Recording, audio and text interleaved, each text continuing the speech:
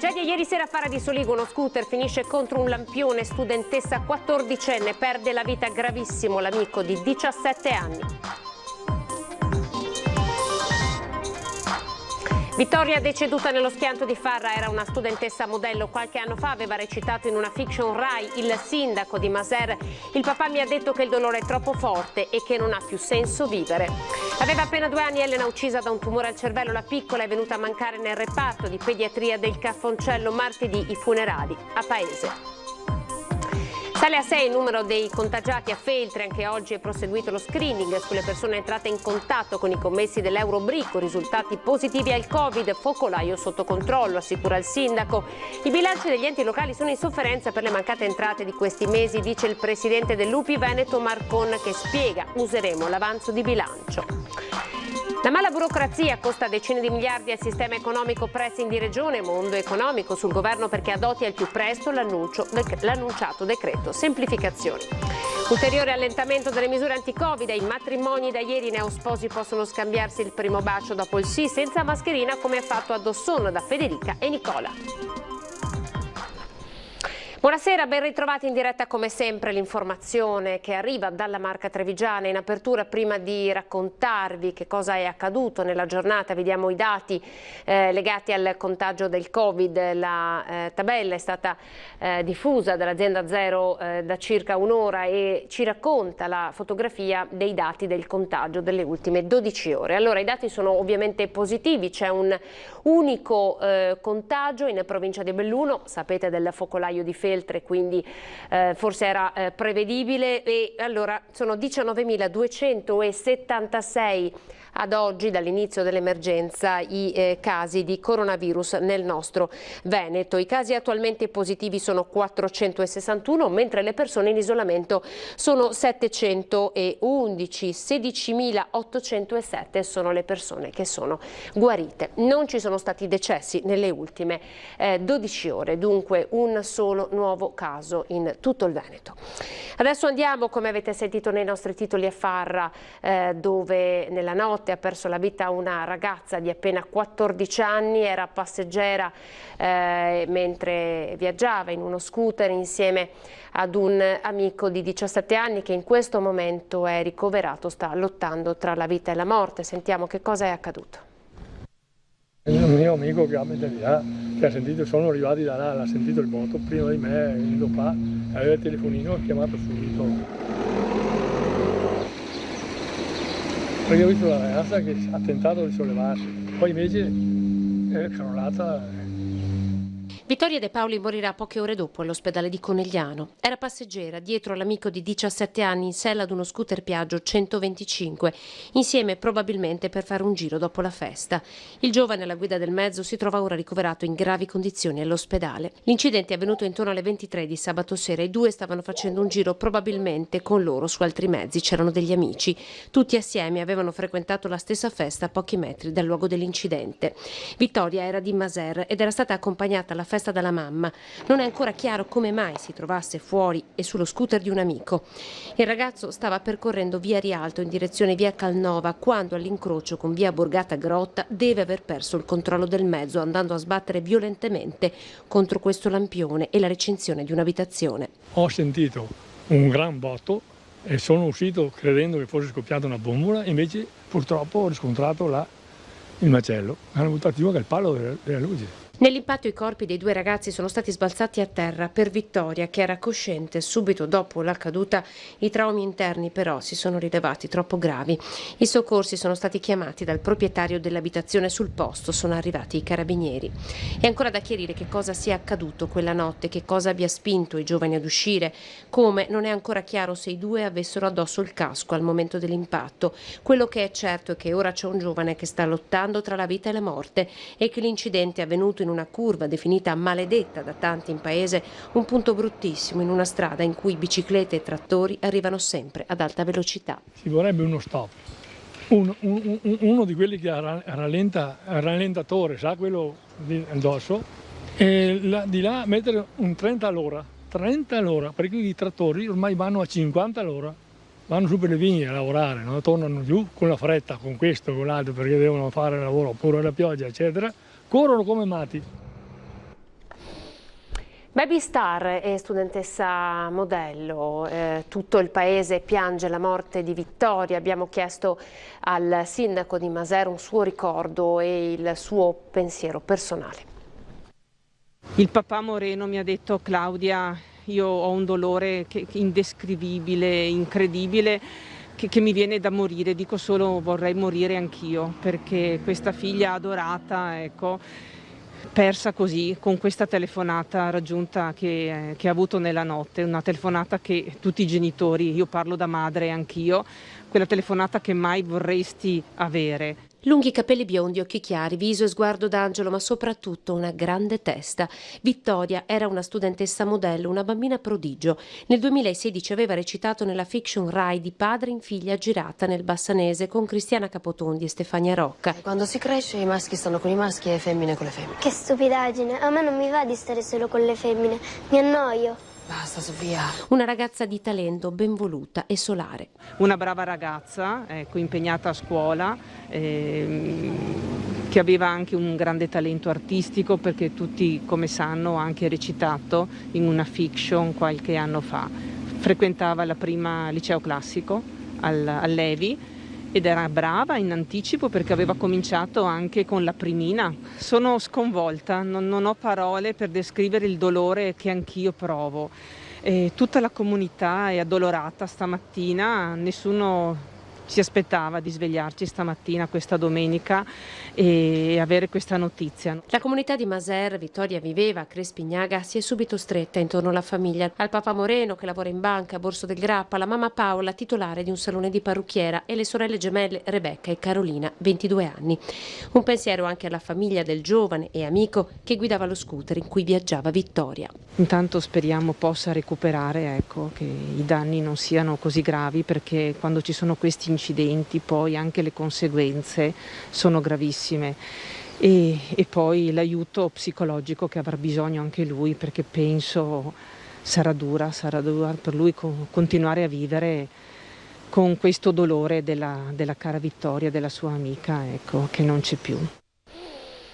Un'altra tragedia purtroppo, perché è mancata da appena 2 anni la piccola Elena Micarelli, uccisa da un tumore al cervello. La piccola è venuta a mancare al reparto di pediatria del Cafoncello, dove era stata ricoverata il giorno prima. La diagnosi era arrivata ad ottobre, Elena aveva subito una prima operazione ed aveva anche fatto un ciclo di chemioterapia, poi improvvisamente la situazione si è aggravata tanto da rendere necessario il ricovero in ospedale. Un dolore immenso per i genitori Anna Milena ed Emanuele. Elena lascia 3 fratelli, Isabella, Vittoria ed Antonio. Il funerale si terrà martedì 30 alle 15:15 nella chiesa parrocchiale di Paese, dove la famiglia aveva vissuto prima di trasferirsi a Treviso. Ed ora andiamo a Feltre, dove anche nella giornata di oggi è proseguito lo screening dell'ULSS 1 Dolomiti sulle persone entrate in contatto con i commessi dell'Eurobrico, dove è stato scoperto un focolaio di Covid. Vediamo. Il Dipartimento, devo dire, ha la situazione perfettamente sotto controllo, hanno fatto immediatamente i tamponamenti di tutti i colleghi di lavoro, e questa è già una buona notizia, né fra i colleghi di lavoro né fra la clientela che ha frequentato il centro nei giorni precedenti si sono riscontrati positivi. I 3 positivi che sono risultati ieri sono per il momento della rete intrafamiliare. L'ultimo aggiornamento parlava di 5 casi totali di positività, ma lo screening su familiari, clienti e contatti è andato avanti per tutta la domenica da parte dello staff del Dipartimento di Prevenzione dell'ULSS 1 guidato da Sandro Cinquetti. Epicentro il negozio Eurobrico in zona Zuecca a Feltre, chiuso come imposto dai protocolli dopo l'emersione della positività al virus di 2 commessi. Va detto che sia questi che i loro familiari non hanno sintomi gravi. Certo, il nuovo focolaio dimostra che il virus c'è ancora. Il tema giusto da porci, secondo me, che non è per tutti noi cittadini, dico, non è ancora il momento di abbassare la guardia, ecco. Quindi l'invito è veramente a rispettare distanziamento fisico, portarci sempre in tasca la mascherina, evitare gli assembramenti o se si vede che ci sono, evitare di fermarsi, insomma, ecco. Proprio il Feltrino è stato uno dei territori più colpiti dal virus. Lo stesso ospedale di Feltre aveva registrato criticità nel periodo più duro della pandemia, esperienza che ha permesso di agire con tempestività. Non mi ha stupito più di tanto, e nell'ordine delle cose mi verrebbe da dire che ci possano essere ancora casi. L'importante è che quello che abbiamo passato ci sia servito per imparare perfettamente, le procedure. Questo questo da parte dell'azienda sociosanitaria è assolutamente ormai acclarato, direi, perché la reazione è stata ipertempestiva e molto buona. Abbiamo un aggiornamento dell'ultima ora, i casi complessivi salgono a 6, si tratta di un contatto interno alla famiglia di uno dei commessi dell'Eurobrico di cui vi abbiamo parlato nel servizio. Tutte e 6 le persone, spiega una nota diffusa poco fa dall'ULSS, sono sottoposte ad isolamento domiciliare fiduciario, 4 presentano sintomatologia lieve e moderata mentre 2 sono asintomatiche. Tra i 21 tamponi negativi di ieri sabato si segnala la totale negatività del test degli altri operatori del punto vendita. Oggi sono stati eseguiti ulteriori 18 tamponi, cui i referti però saranno disponibili soltanto in nottata. Ed ora parliamo di scuole. Il presidente dell'UPI Veneto, Stefano Marcon, analizza la delicata situazione dei bilanci degli enti locali. Lo Stato deve garantirci che i soldi arriveranno anche per riuscire a far ripartire i nostri ragazzi a settembre. Sentiamo Marcon. A novembre i bilanci degli enti pubblici, stante la situazione attuale, non avranno non saranno floridi. Oggi noi abbiamo mancate entrate importanti a livello comunale e a livello provinciale sui quali il governo sta intervenendo, ma nella misura del 30%, del 50%. I soldi promessi dallo Stato agli enti locali stanno arrivando, ma non sono sufficienti a far fronte alle mancate entrate nelle casse di comuni e province. A fare i calcoli il presidente della provincia di Treviso, nonché sindaco di Castelfranco Stefano Marcon, che proprio come primo cittadino fa un esempio pratico delle spese sostenute per andare incontro alle famiglie in questo difficile momento di ripartenza. A Castelfranco Veneto abbiamo stanziato 300.000 euro per i centri estivi, ne sono arrivati 60.000 dal governo, quindi il resto ce li abbiamo messi noi come comune. Ma far quadrare i conti e rispettare la programmazione prevista diventa impresa ardua. A novembre come provincia mi trovo con 6 milioni in meno di mancate entrate, mi salta tutta la programmazione che fondava il bilancio di previsione su determinati numeri. Comuni e province venete alle prese con calcoli matematici, perché una cosa è sicura, quella di non voler avere dissesti o disavanzi nelle casse. Certo è che, spiega ancora Marcon, nel bilancio di previsione 2020 molte delle entrate si basavano su incassi da abbonamenti, parcheggi e sanzioni. I numeri là erano tutti in positivo nel bilancio di previsione, andranno tutti in negativo. Enti locali che procedono con prudenza come attente formichine, pronte a mettere da parte l'avanzo del bilancio 2019.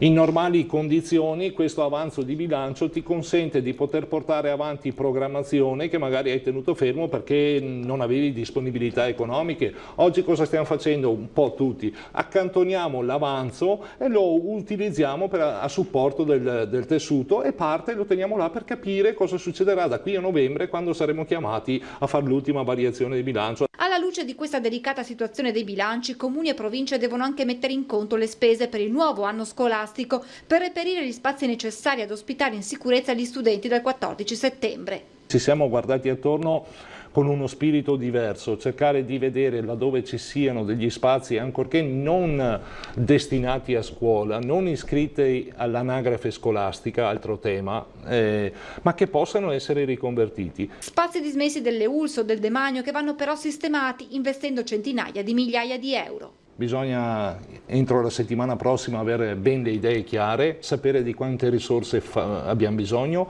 e andare a dire a chi ci comanda, a chi ci governa, questi sono i soldi che ci servono. Dateci là, diteci che i soldi ci sono, noi partiamo, dopo è un impegno che dovete prendervi e onorare voi, perché puoi partire anche senza la certezza per certi aspetti, no? Perché basta che arrivino. E sempre nel corso della nostra diretta oggi la sfida è stata lanciata dalla Regione, dal mondo delle istituzioni. Il presidente Pozza di Unioncamere e poi l'assessore regionale Elena Donazzan hanno parlato del famoso decreto semplificazioni. Sentiamo. Ma io credo che oggi non ci siano più sconti e se ci dovesse essere un decreto vero, perché il decreto semplificazione, Presidente Pozza, non so se tu l'hai letto, io non l'ho ancora visto, l'hanno annunciato. È un miraggio, è un miraggio.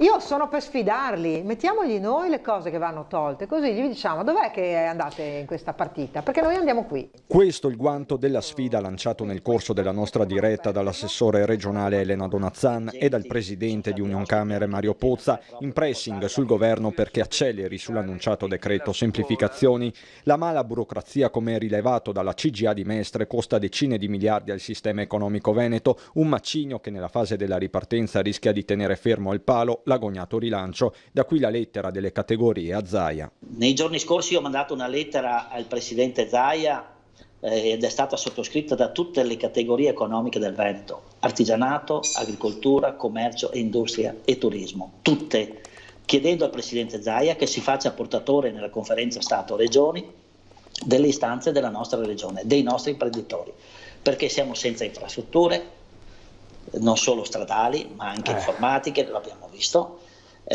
mancanza di credito, la burocrazia, una politica di rilancio del turismo. Non abbiamo chiesto tante robe, l'unica cosa che non abbiamo chiesto sono stati i soldi. Noi non chiediamo soldi, chiediamo provvedimenti seri. Oltre alla semplificazione si chiede di accelerare sul fronte dei pagamenti della pubblica amministrazione e andare avanti con le infrastrutture, un passo obbligato in vista dell'autunno nero preannunciato da più parti. Già i numeri del lavoro che non c'è danno la dimensione dell'urgenza. 65-70 mila posti persi. Tutti posti persi rispetto allo stesso periodo dello scorso anno, con il turismo grande incognita. Come impatterà il turismo? Perché sappiamo già che impatterà, non è dipende da quanto. E per quanto tempo? E a proposito di turismo andiamo a Jesolo con il sindaco Valerio Zoggia, perché ha già dato i numeri del primo bilancio dell'ordinanza anti-ancoli in vigore dopo la rissa di sabato scorso. Ieri sera sono stato anch'io fino alle 2 ritorno in Piazza Mazzini e la gente ce n'era tantissima come il sabato precedente. C'era sicuramente genere un po' più tranquillità, anche perché era presidiata da tantissime forze dell'ordine, la piazza, più di qualche decina, e anche della nostra polizia locale. Sono state purtroppo anche fatte una decina di sanzioni per persone che avevano in mano bottiglie o bicchieri di alcolici eccetera dopo le ore 20, e anche in spiaggia qualcuno, però diciamo sicuramente c'era meno gente che alticcia rispetto al sabato precedente. Mi hanno detto che dopo le 2 c'era sì qualche gruppetto di ragazzi che potevano essere pericolosi del fine dell'ordine pubblico, perché cominciavano un po' a urlare eccetera, però la massiccia presenza della polizia ovviamente li ha indotti a stare tranquilli e cambiare aria, o saranno andati a casa non so dove, quindi non sono successi fatti brutti come sabato precedente. Quindi diciamo, sindaco, è stato un sabato di tutt'altro tenore a Jesolo. Sì, certamente, vuol dire che purtroppo dispiace dover fare certe ordinanze, però diciamo che la tranquillità delle persone che soggiornano, ed è tantissimi, la maggior parte dei ragazzi che vengono qua per divertirsi, un sano divertimento eccetera, non deve essere rovinata da pochi che però rovinano un po' l'immagine della città, ma anche il divertimento degli altri ragazzi, quindi dobbiamo essere inflessibili e continueremo a esserlo. Tutti in autobus o in treno, capienza massima ma obbligatoria la mascherina. Sentiamo come hanno preso i trevigiani la nuova ordinanza sul trasporto pubblico regionale. Quello è un problema, perché tanti i ragazzi soprattutto salgono e la mascherina la tengono sotto qui, allora devi sempre praticamente a dire: ragazzi, mettete la mascherina.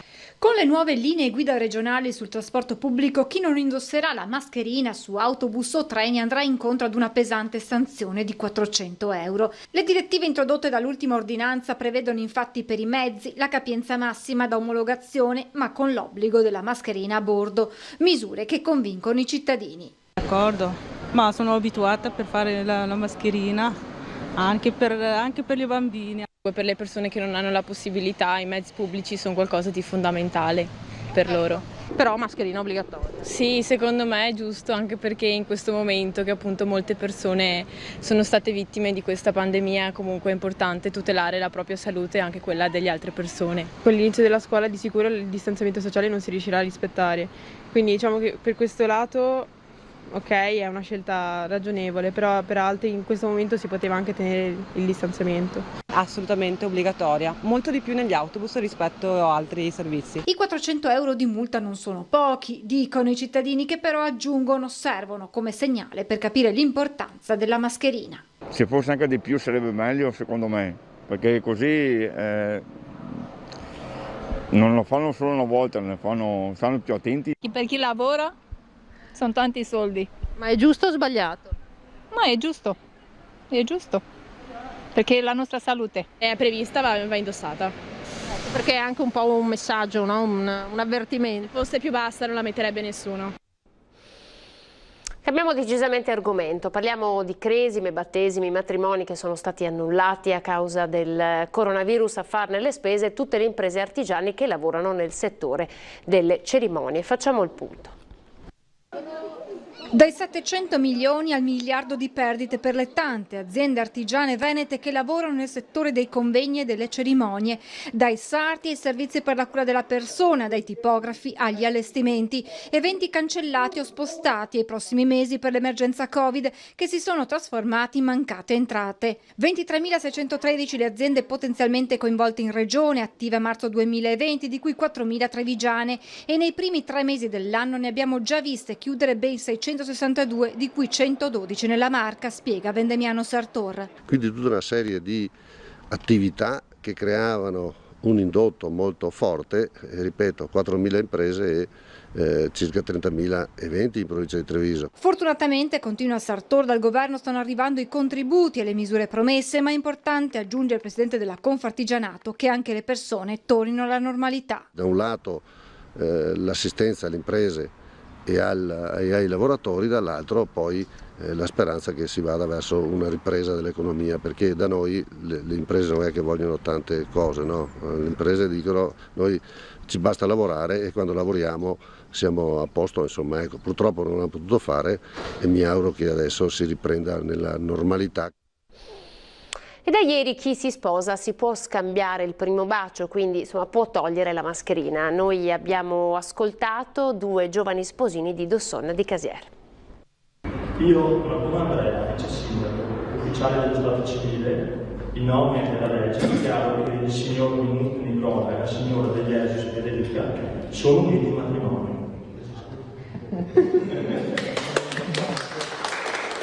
Federica e Nicola hanno appena detto sì e possono scambiarsi il primo bacio da marito e moglie senza mascherina. Dall'inizio dell'epidemia per i matrimoni sono stati mesi travagliati, prima l'impossibilità di celebrarli, poi un allentamento delle misure anti-Covid, con le prime cerimonie in forma strettamente privata e con i neosposini che potevano baciarsi solo attraverso la mascherina. Da sabato un'ulteriore concessione, così i 2 ragazzi trevigiani, 30 anni lei, 33 lui, al termine della cerimonia ufficiata dal vice sindaco di Casier, Andrea Marton, hanno potuto coronare il sì con un bacio senza barriere di tessuto. Rispettate tutte le misure di sicurezza con mascherine per gli invitati, per l'occasione personalizzate con il nome degli sposi e gel igienizzante sia in municipio che al ricevimento. Nonostante molti fidanzati, alla luce dell'attuale situazione, abbiano deciso di rinviare il giorno del sì, Federica e Nicola hanno voluto, nonostante tutto, coronare la loro storia d'amore. Deciso di farlo, abbiamo deciso di portare la nostra scelta avanti comunque, anche perché siamo in attesa di una bambina e volevamo concludere questo percorso e dare completezza alla nostra famiglia. Alla cerimonia hanno potuto partecipare solo una quindicina di parenti. Gli amici invece hanno seguito il momento del sì a distanza. Abbiamo avuto degli amici fantastici che hanno allestito una mini diretta streaming per comprendere anche chi appunto non era potuto accedere alla sala. Per immortalare la giornata non poteva mancare la foto davanti alla torta con la mascherina per ricordare il giorno più bello che arriva in un momento storico per tutti particolare. La situazione è quella che è, però insomma il fatto che siete tutti qui, che comunque in qualunque modo anche chi non è presente qui abbia fatto sentire la sua vicinanza, per noi è una grande gioia. Grazie. Viva! Pochi secondi di pubblicità e poi di nuovo con le notizie.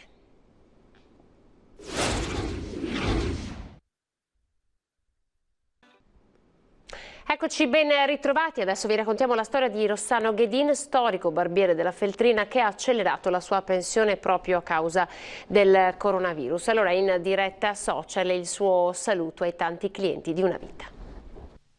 Io a questo punto, con tutto quello che sta succedendo, sono arrivato al capolinea anche perché ho i miei anni di anzianità e quindi è giusto lasciare spazio ai giovani, sperando che loro abbiano tante possibilità.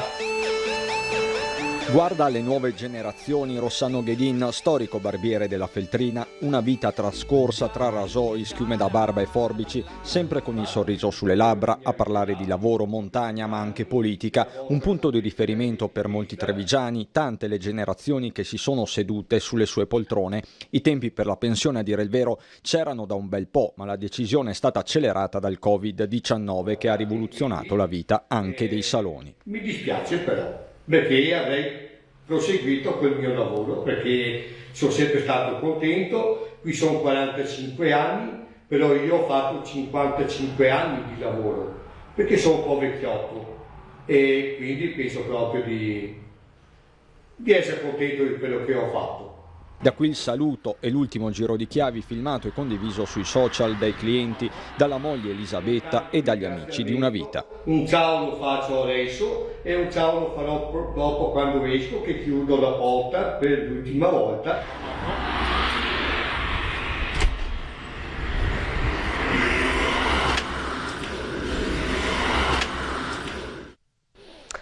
È stata varata a Casale sul Sile la prima barca ibrida, si chiama Green Power ed è in grado di navigare per 5 ore a 6 nodi trasportando 50 persone.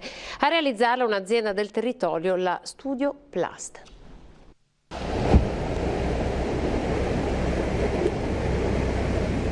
Eccola la prima barca elettrica da 80 cavalli adibita a trasporto dei passeggeri. La Green Power è un'imbarcazione ibrida ed è in grado di navigare per 5 ore a 6 nodi trasportando 50 persone. Non solo, ma se necessario può attivare il motore diesel endotermico. Può percorrere il Cana Grande almeno 4-5 volte l'intero fiume Sile per le gite turistiche. Per il nostro Sile, che è fatto veramente di verde, di questa bellissima cicatrice azzurra in mezzo al verde, è qualcosa di positivo.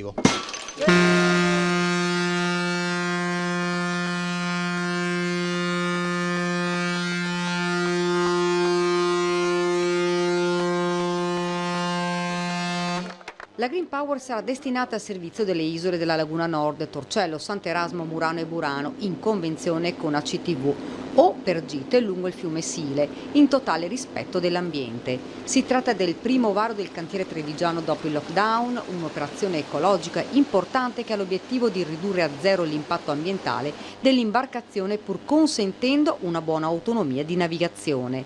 La barca infatti può percorrere almeno 4-5 volte l'intero fiume Sile prima di scaricarsi. Intanto per valorizzare il territorio si sta pensando ad una campagna di promozione. Noi abbiamo il Parco del Sile, quindi già tramite il direttivo del parco stiamo iniziando una campagna di promozione di questo territorio, anche perché il Sile è il fiume di risorgiva più lungo d'Europa, quindi abbiamo già un brand che dobbiamo assolutamente veicolare.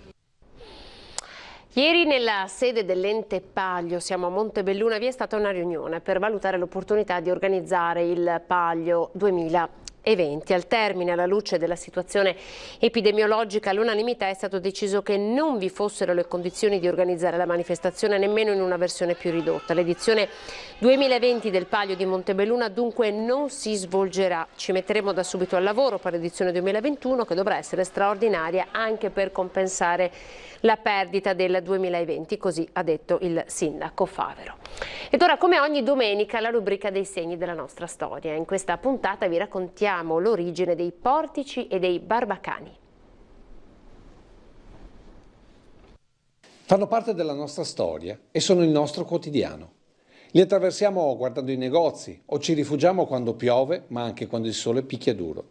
Sono i portici, caratteristica non solo di Treviso, ma di moltissime città che hanno mantenuto la loro impronta medievale. Ma pochi sanno che i portici erano proibiti perché pericolosissimi in quei secoli. Nel 1164 il buon Federico Barbarossa, che ci voleva bene, era arrivato al punto di concedere a Treviso, che non era ancora libero comune evidentemente, di munirsi, quindi di farsi le mura, e era talmente tranquillo sulla fedeltà, sulla bontà, sulla tranquillità, non era vero niente, non importa, facciamo finta che fosse così, da concedere alla città di avere dei portici. Il portico che era emblematico, diciamo così, dell'insidia, soprattutto di notte, perché la corteada da Rio una corona non gli accavava nessuno, insomma. Ecco perché i portici sono un altro segno della nostra storia, che però in mancanza di autorizzazione imperiale venivano surrogati dai barbacani, un termine singolare quanto misterioso che deriverebbe dall'arabo barb al-barrana, ovvero porta esterna, in parte protetta da questi mezzi portici, che raccontano però anche un'altra storia. Una volta i portici non erano ammessi perché le strade dovevano essere completamente libere, dopodiché ne è venuta fuori la speculazione edilizia trevigiana dei barbacani che allargano in cima la parte, diciamo così, abitabile, buttandosi in fuori e gettando però a un'altezza tale da poter consentire il libero passaggio dei carriaggi sotto la casa. Insomma, facevamo anche a quel tempo le speculazioni edilizie. No, ne abbiamo fatte tutti i giorni. Diciamo che le novità in termini di brigantaggio non sono dell'ultimo giorno, insomma. L'esperienza è lunga e abbastanza sostanziosa. Ed è tutto per questa edizione, vi lascio alle previsioni del tempo come sempre e poi ricordate l'ultima ora di edizione straordinaria. Grazie per essere stati in nostra compagnia, arrivederci.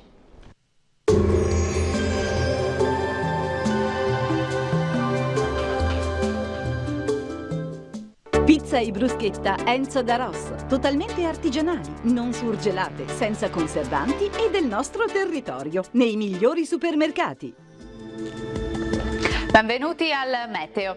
Inizio di settimana con tempo ancora in prevalenza buono, ma con gli ormai consueti temporali sulle Alpi. Vediamo insieme il dettaglio. Sul Veneto condizioni di alta pressione, sarà una giornata in compagnia del sole. Al pomeriggio qualche rovescio, come detto, sulle zone montuose. Attenzione perché localmente potrebbe essere anche di forte intensità e accompagnato da grandine. Temperature minime tra i 18 e i 22 gradi, per quanto riguarda invece le massime la colonnina di mercurio arriverà a segnare i 34 gradi. Ci spostiamo ora sul Friuli Venezia Giulia, tempo asciutto e stabile, anche qui con ampio soleggiamento al mattino, poi occasionali acquazzoni a carattere sparso. Temperature minime fino a 23 gradi, massime invece tra i 29 e i 32 gradi. Uno sguardo infine alla situazione del Trentino Alto Adige, anche qui tanto sole su tutti i settori, tuttavia nelle ore pomeridiane peggiorerà con qualche precipitazione. Temperature minime sui 19 gradi, massime invece fino a 31 gradi. Dal meteo di Antenna 3 per ora è tutto, arrivederci al prossimo aggiornamento.